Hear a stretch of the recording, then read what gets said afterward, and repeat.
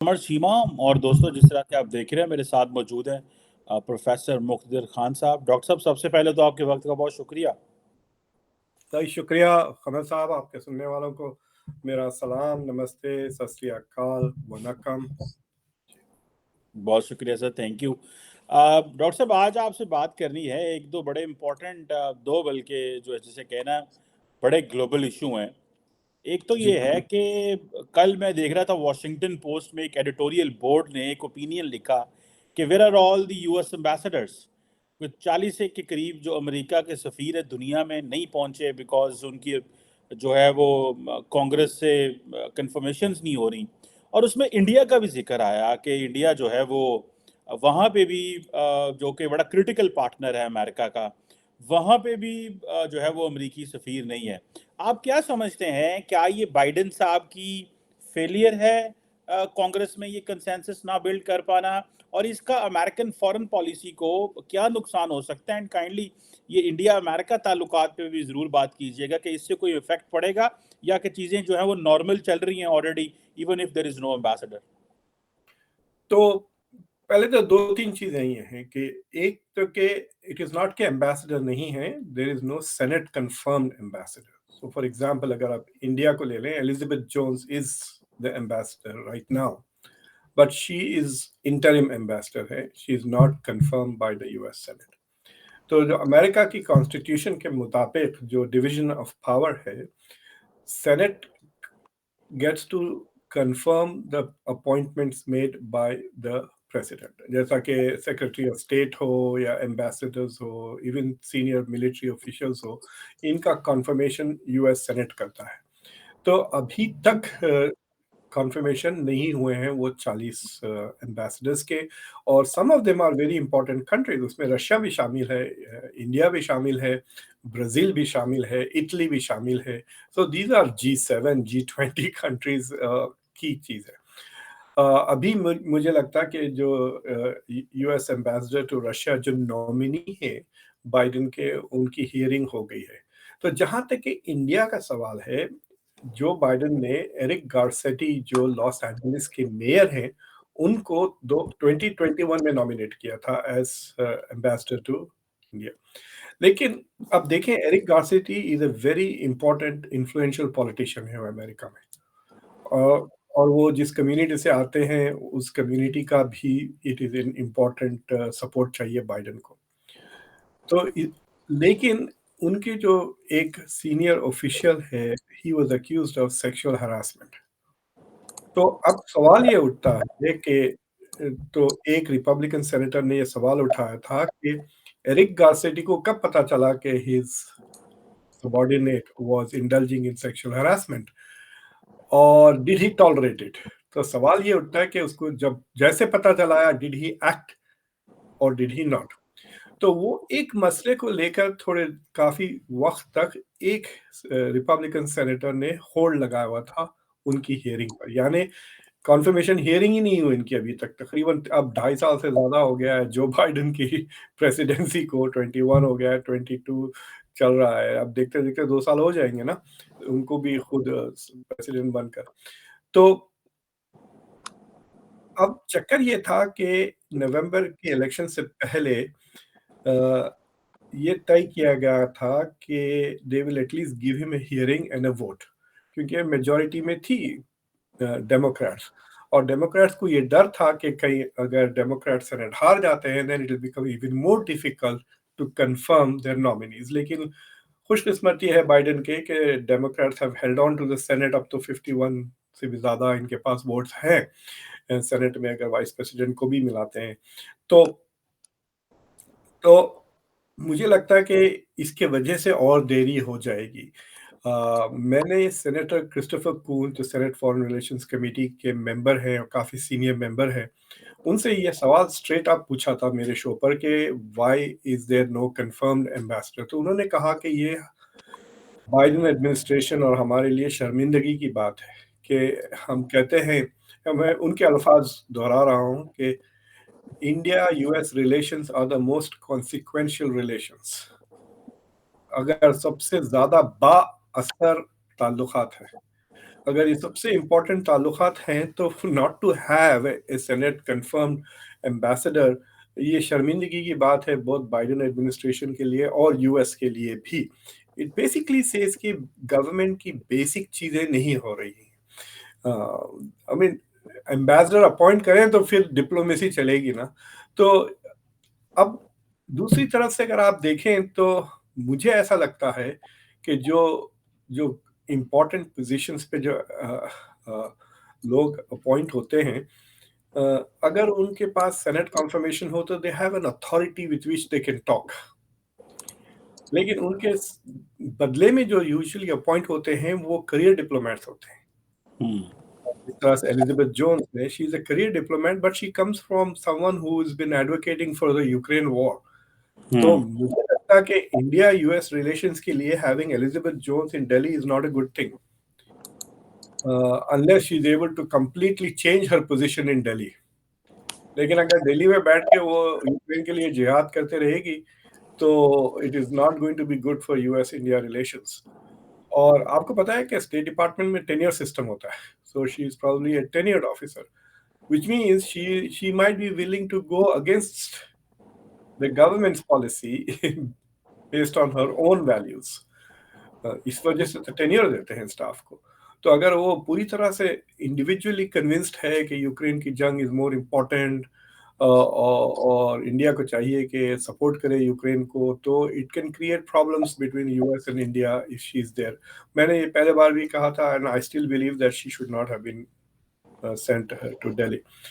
But ये Eric Garcetti का अभी तक नहीं हुआ। अब देखें, अब वी आर इन दिसंबर, उसकी हियरिंग भी स्केड्यूल नहीं हुई है। सुनने में आता है कि एरिक गार्सेटी के माँ बाप ने लॉबी को हायर की है, 30-40 हजार डॉलर खर्च करके एक लॉबिंग एजेंसी को हायर किया अपने बेटे के लिए लॉबिंग करने के लिए, ताकि वो सेनेटर्स को पुश करे कि एटलीस्ट वोट ले ले अप एंड डाउन। और अगर वोट लेते हैं तो ही will be confirm because the Democrats एक बार वोट पे आएंगे तो they are not going to vote against their own president's nominee. तो द डेमोक्रेट्स, इससे साफ जाहिर हो रहा है कि डेमोक्रेट्स के वोट्स नहीं है इसके पास। तो द प्रेसिडेंट बाइडेन का जो नॉमिनी है, he does not enjoy the support of all Democrats. इसलिए शूमर और वगैरह they are not able to host a confirmation hearing. Senate का वोट ले लें, अप एंड डाउन वोट कहते हैं कि इनको बनाए या ना बनाए एम्बेसडर। बट यकीनन ये बाइडेन एडमिनिस्ट्रेशन की इनकॉम्पिटेंस है, बाइडेन एडमिनिस्ट्रेशन का फेलियर है ये। It's a small failure but it is also sends a signal to India कि भाई हाउ इम्पोर्टेंट इंडिया इज। अगर आप कह रहे हैं कि इंडिया इज सो इम्पोर्टेंट तो बाइडेन पर्सनली फोन उठा के कहते हैं कि I want this vote tomorrow. अभी तो किया ना उन्होंने, अभी यहाँ पे एक स्ट्राइक होने वाली थी रेलवेज की, यस, उन्होंने जबरदस्ती वोट करवा दिया दोनों तरफ से, कांग्रेस में भी इधर उधर, to get the bill passed because वरना इकोनॉमी पे असर हो जाता। So he is not showing the same degree of urgency on this particular issue because मुझे लगता है कि he is committed to this candidate और विड्रॉ नहीं कर सक रहे वो पॉलिटिकली उस कैंडिडेट को। तो या तो द सेनेट शुड, या तो the Biden administration should withdraw his name and put up a new name और they should take a vote on him. बिल्कुल सही कह रहे हैं। ये तो एक चैलेंज है और इंडिया और अमेरिका के ताल्लुकात में भी, लेकिन ओवरऑल लार्जली क्योंकि ताल्लुकात अच्छे हैं तो शायद अमेरिकन भी समझते हैं कि चलो कोई बात नहीं, खैर है। लेकिन एक चैलेंज तो है, लेकिन प्राइमरीली ये एक डोमेस्टिक इशू है अमेरिका के लिए, जिसको शायद बाइडेन एडमिनिस्ट्रेशन नहीं कर पा रहे। डॉक्टर साहब जी कुछ कहना चाह रहे हैं? मैं जयशंकर साहब की तारीफ बहुत इसलिए करता हूँ उनके एज अ फॉरेन मिनिस्टर की, because he came up as a career diplomat. Yes, और वो फॉरेन सेक्रेटरी बन गए थे। He got the highest position that you can get as a diplomat, जो एक स्टेप बिलो थी। So his experience, his knowledge, वो 30-40 साल की एक्सपीरियंस लेके आते हैं। So in some ways, I think America's national interests are better served by career diplomats than political appointees, जो प्राइमा डोनर्स भी हो सकते हैं, राइट? वहाँ पे वो मिसाल के तौर पे मेरे पहचान के एक साहब थे जिन्होंने बिल क्लिंटन को बहुत सारे पैसे दे दिए थे कैंपेन में, तो उनको फिजी का एम्बेसडर बना दिया, तफरी पे चले गए वो 2 साल के लिए। So it's like a reward, but he was not into diplomacy, he was not into international relation, वो बिजनेसमैन थे। तो इस तरह भी कई लोगों को अपॉइंटमेंट्स होते हैं। वो शेवरॉन के सीईओ को बना दिया secretary of state Donald Trump ने। So I don't think these people make good ambassadors. I don't think they पूरी तरह से इनको नॉलेज होती है फॉरेन पॉलिसी की।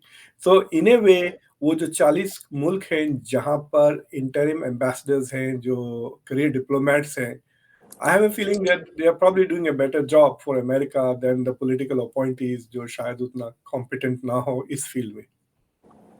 बिल्कुल ठीक कह रहे हैं। अच्छा डॉक्टर साहब, एक और चीज़ आपसे डिस्कस करना चाह रहा हूँ, और वो ये है कि चाइना के जो सदर हैं वो सऊदी अरब पहुँच गए हैं। आप कैसे देखते हैं चाइनीज सदर को सऊदी अरब? सुनने में आ रहा है कि उनको जो वेलकम किया जा रहा है वो उसी तरह किया जा रहा है जिस तरह डोनाल्ड ट्रंप को किया गया था, और बाइडेन साहब को जो है वो प्रोटोकॉल, वो चीज़ें नहीं मिली और वो हाथ झाड़ के वापस आ गए। तो जो, और ये भी कहा जा रहा है कि दो अथॉरिटेरियन लीडर जो हैं वो अब एक नया जो है वो मुस्तकबिल लिखने जा रहे हैं। So how do you see जो शी जिनपिंग का जो सऊदी अरब का दौरा है, इससे क्या प्रॉस्पेक्ट निकलते हैं? What is a message for America as well? Well, they're not just authoritarian leaders, they are leaders for life. बस कोई रिटायरमेंट का प्लान नहीं है उनका, ना एग्जिट। हमको तो पता है कि शायद 2025 जनवरी में बाइडेन ना हो यहाँ पर, लेकिन ये दोनों तो रहेंगे ना। और ऊपर से MBS तो बेचारे क्या 36-37 साल के, 40 के भी नहीं हुए अभी। So he could be there for another 45 years। मतलब यार ये पूरी सेंचुरी वो बन सकते हैं। कि देखिए, इट इज बट नेचुरल कि they will come together. There are दोनों मुल्कों की जरूरतें हैं। मैं चेक कर रहा था, इन सऊदी चाइना का जो ट्रेड है म्यूचुअल, वो सऊदी यूएस से डबल है, which is itself says that they are, at least economically, they are already closer than anything else. China के लिए Saudi oil is the biggest source of oil अभी भी। मतलब Russia से वो डिस्काउंट पे खरीदने के बावजूद China is the biggest importer of Russian oil. But China का जो सबसे ज्यादा तेल आता है, तकरीबन 17 से 18% वो सऊदी अरब से आता है। So they are already very attached in that sense. दूसरी चीज ये है कि अभी पिछले, जब से ये यमन की जंग के बारे में अमेरिका में नेगेटिव पब्लिसिटी हुई है सऊदी अरेबिया की, फिर जमाल खशोगी के कत्ल के बारे में भी जब से नेगेटिव पब्लिसिटी हुई MBS की, US senate is unwilling to sell weapons, खासतौर से serious quality of weapons to Saudi Arabia. ये ईरान को लेकर कोऑपरेशन तो हो रहा है कि ईरान के खिलाफ they are working together because Israel is also there. तो सऊदी अरेबिया के लिए नहीं, लेकिन इजराइल के लिए America is cooperating with Saudi Arabia. लेकिन सऊदी अरेबिया को जरूरत है हथियार की। It wants to buy more weapons, it wants to feel secure. तो इसलिए मुझे लगता है कि Saudi Arabia is going to turn more and more towards China, क्योंकि जब चाइना इनको हथियार भेजेगी तो कोई ह्यूमन राइट कैवियट्स नहीं आएंगे उसके साथ कि ये भी करें आप, वो भी करें, डेमोक्रेसी ना करें, इनका कत्ल ना करें, उनका कत्ल ना करें। यू नो, चाइना तो कहेगा कि भाई हम डिस्काउंट पे तुम्हारा कत्ल करवा देंगे किसको कत्ल करवाना है बताए, will do it at a discount. तो it is not a problem ना कि ह्यूमन राइट्स के मतलब प्री कंडीशंस, पोस्ट कंडीशंस नहीं होते, तो they will find it easy to do business with China. लेकिन लोगों का कहना है, एनालिस्ट का, कि will China be able to provide a qualitative edge in weapons to Saudi Arabia? Yes. And the answer is no. And if the answer is no, then Saudi Arabia will still want to continue to buy from the US. दूसरी चीज ये है कि जिस तरह से India फंसा हुआ है रशिया के डिफेंस इंफ्रास्ट्रक्चर में, उस तरह से सऊदी अरेबिया अमेरिका के इंफ्रास्ट्रक्चर में फंसा हुआ है। इट्स लाइक सेइंग कि भाई आपने एप्पल का लैपटॉप खरीद लिया, आपने एप्पल की घड़ी खरीद ली, फिर क्या आप जाके गैलेक्सी फोन खरीदेंगे? इंतहाई बेवकूफी हो जाएगी ना। Suddenly you will have systems which are not in sync. तो एक बार आप खरीद लिया एप्पल के 2 चीजें, तो the third it is automatic, there no need to think about it, you will just go and buy. आपके पावर कॉर्ड्स भी सिमिलर हो जाते हैं, फिर ऑटोमेटिक सिंक हो जाता है डेटा वगैरह।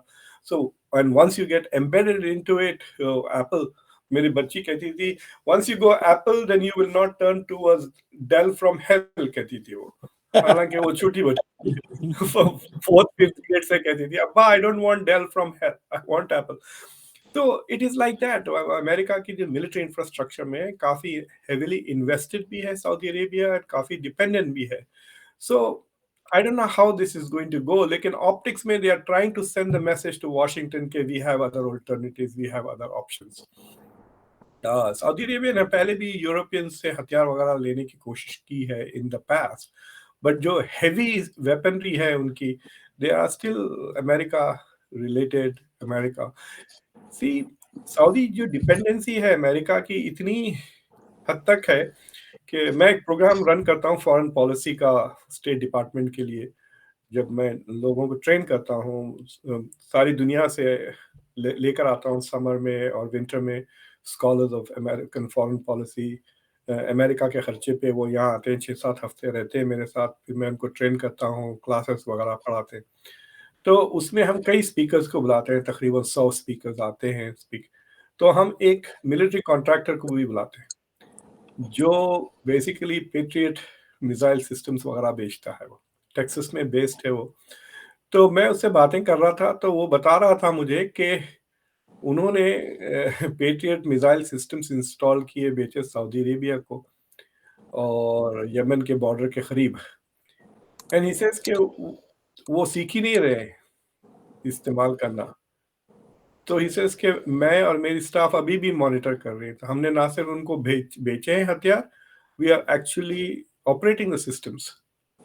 तो हाँ, वो कह रहे थे कि बहुत ही अजीब चीजें हो रही थी वहां पे। बेदुइन जो है वो डेजर्ट में जाके रहने का बड़ा शौक है उनको, 2-2 3-3 दिन वो अपनी टेंट लेके चले जाते हैं। तो बच्चे ड्रोन्स से खेल रहे हैं, वो बच्चों के ड्रोन्स पे वो वो 400-500 का ड्रोन है वो, उसके खिलाफ ये 5 मिलियन की मिसाइल लॉन्च कर रहे हैं। That means because they are not able to follow the systems and detect कि भाई ये एनिमी ड्रोन है या बच्चों के खिलौने का ड्रोन है। 3-4 मिसाइल वेस्ट हो गए। तो ये सेड कि मैं अब अपने बंदों को भेजा हूँ वहाँ पे कॉन्ट्रैक्ट रीडिजाइन करके कि सो यूएस के farmer marines, US farmer retired soldiers वगैरह जो होते हैं ना, 6 साल 7 साल जो काम करके आके रिटायर होके फिर वो प्राइवेट सिक्योरिटी में चले जाते हैं, तो वो सारे के सारे प्राइवेट सिक्योरिटी वाले मेंटेन करते हैं इनका इंफ्रास्ट्रक्चर। सो इतना ज्यादा एम्बेडेड है, मुझे नहीं लगता कि आसानी से सऊदी अरेबिया अमेरिका के डिफेंस चुंगल से बाहर निकल सकता है। But they can do things like से 1-2 साल तक वो हथियार ना खरीदे अमेरिका से, और छोटे मोटे जो चीजें हैं, हैंड गन्स, इस तरह की चीजें, सप्लाईज, टेंट्स, दूसरी चीजें जो है जो हैवी इंजीनियरिंग बेस्ड नहीं है, वो सारी चीजें it can redirect it's purchasing towards China. दूसरी चीज ये है, आपको याद होगा कि इस बार के डिस्कशंस में ज्यादा सुनने में नहीं आ रहा, लेकिन लास्ट ईयर चाइना और सऊदी अरेबिया ने युआन ट्रेड के बारे में भी काफी बात की थी। कोशिश की रही कि we are going to have a yuan based trade.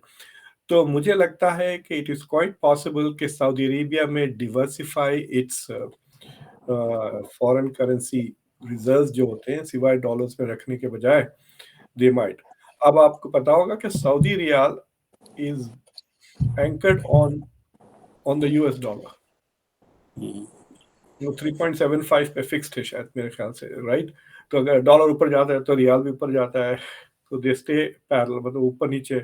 तो इतना तो Saudi Arabia is like political economy wise उतना ज्यादा एंगेज्ड है अमेरिका से, so it's not going to be easy.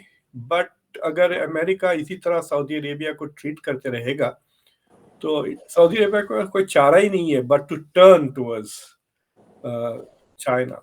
और एक चीज, इंटरेस्टिंग चीज ये है, अभी उनके ऑयल मिनिस्टर का बयान आ रहा था सऊदी अरेबिया के, कि उनके जो रेवेन्यूज, ऑयल रेवेन्यूज डबल हो गए इस साल। Yes. So they have made what $220 billion उनके revenues हैं, which means they have a lot of disposable income to buy things.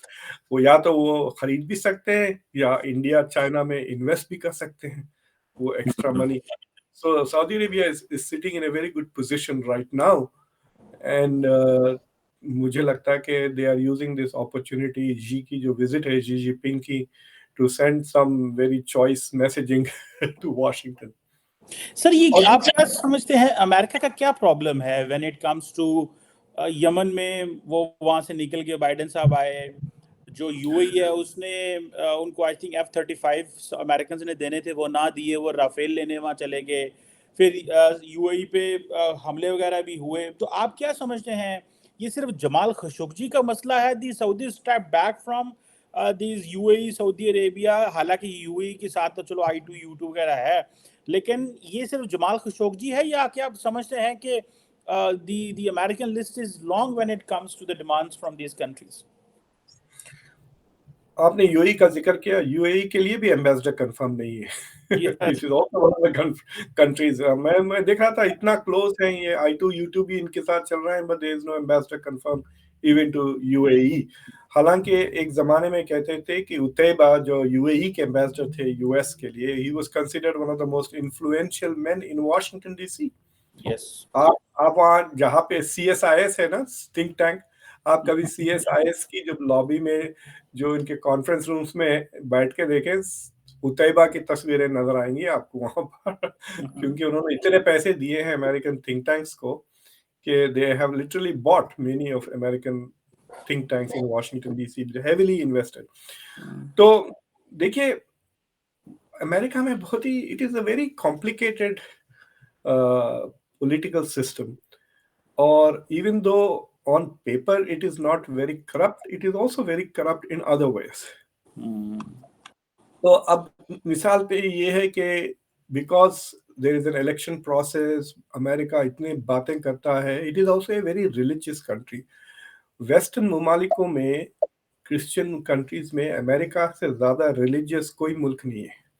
आपको पता है America is more religious than Saudi Arabia in terms of religious beliefs वगैरह.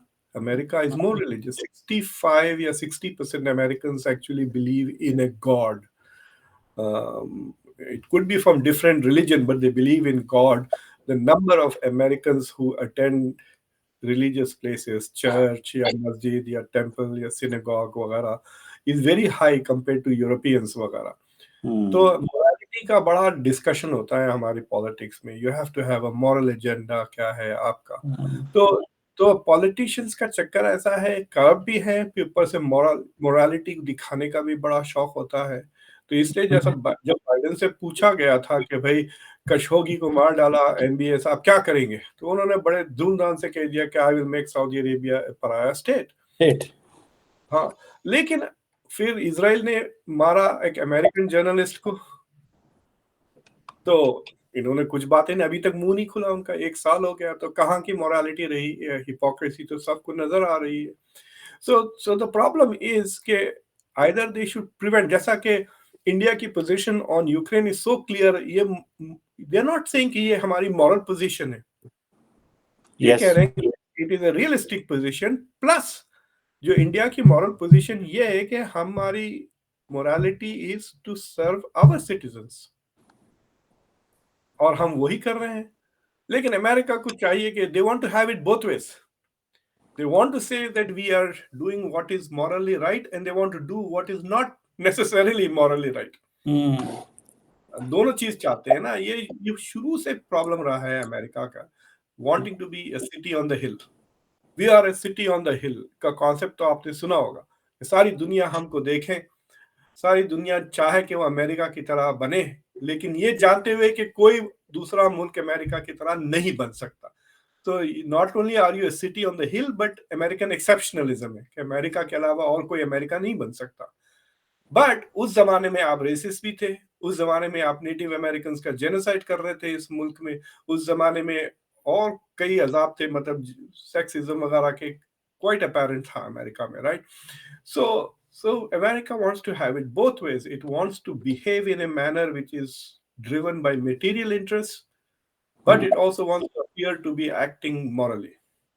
ये एक चक्कर है, तो उसका वजह से ये इनकंसिस्टेंसी जो लोग चिढ़ते हैं अमेरिकन फॉरेन पॉलिसी की हिपोक्रेसी की वजह से, वो ये टेंडेंसी की वजह से, और ये मतलब American are aware of it. आपको पता है हर यूनिवर्सिटी की हर अमेरिकन फॉरेन पॉलिसी क्लास में पहले दिन से ये डिस्कशन शुरू हो जाता कि अमेरिकन इंटरेस्ट और अमेरिकन मोरालिटी में जो डाइवर्जेंस है, that is the most important element of American foreign policy. उस पर मुसलसिल हर मेजर पॉलिसी डिसीजन पे डिबेट होता है। बिल्कुल ठीक कह रहे हैं। ये ऑब्वियसली ये विद एवरी पासिंग डे ये अमेरिका के लिए चैलेंज बढ़ता जा रहा है कि अमेरिका जो है वो दुनिया के साथ अब वो ममालिक जो उनके पार्टनर हैं, स्ट्रेटेजिक पार्टनर हैं, उनके साथ इंगेज भी करना है। ह्यूमन राइट्स पे एक स्टेप पीछे भी है, चाइनीज़ भी असर्ट कर रहे हैं, इंडियंस अपना एक पॉइंट रख रहे हैं। और लेकिन लेट्स सी, देखते हैं कि ये प्रेसिडेंट बाइडेन जो है ये कन्फर्मेशंस ले सकते हैं कि नहीं ले सकते। और दूसरा जो चाइना के जो सदर हैं उनका आउटकम क्या आता है सऊदी अरब के इस विज़िट से। ऑब्वियसली वेरी इंटरेस्टिंग विज़िट है। कुछ एक साल के बाद शी जिनपिंग पहुंचे हैं और ऑब्वियसली वेलकम से पता चलेगा। And the Americans are obviously looking very carefully कि शी जिनपिंग क्या। जी, कोविड के बाद this is his third international visit, hmm, और जो पहले दो विजिट्स हुए हैं, एक तो शंघाई कोऑपरेशन ऑर्गेनाइजेशन की थी, यस, समरकंद की विजिट, और फिर बाली की विजिट थी, right, yes, where he met Biden से मुलाकात हुई। And so this is his third important meeting. तो समरकंद तो it was like a home home game ना उनके लिए। तो आप यूं कह सकते हैं कि अमेरिका के बाद Xi Jinping thinks Saudi Arabia is the next most important country to meet. True, true, Europe सही का कह दौरा रहे नहीं लगाया, यूरोप का दौरा नहीं लगाया, रशिया लगा। के रशिया क्या नहीं हुआ, सऊदी अरेबिया का होगा। मेरे ख्याल से उसको उम्रा करवा दें, वो शाम में मजा आ जाएगा। सीक्रेटली उसको ले जाए रात को। बिल्कुल सही है। Thank you very much professor doctor Muqtedar Khan sahab. Sir, it was lovely talking to you sir. बहुत शुक्रिया। Thank you very much.